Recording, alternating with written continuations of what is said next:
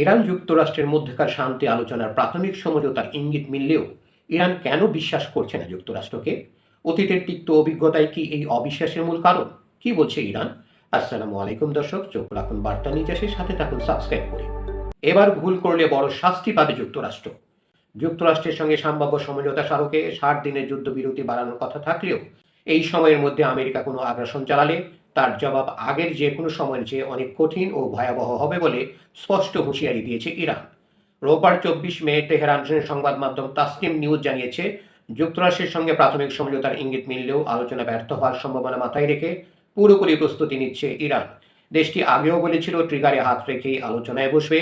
ইরানের সশস্ত্র বাহিনীর একটি সূত্র তাসনিমকে জানিয়েছে, যুক্তরাষ্ট্র ও ইসরায়েলের যুদ্ধমুখী অবস্থান ও অতীত আচরণ বিবেচনায় তারা সব সময় পূর্ণ প্রস্তুতিতে রয়েছে।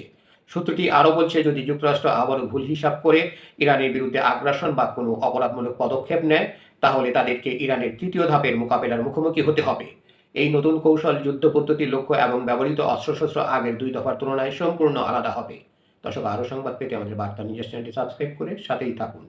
এদিকে নিউ ইয়র্ক টাইমস জানিয়েছে, মার্কিন প্রেসিডেন্ট ডোনাল্ড ট্রাম্প ইরানের সঙ্গে শান্তি চুক্তি চূড়ান্ত করার খুব কাছাকাছি পৌঁছে গেছেন।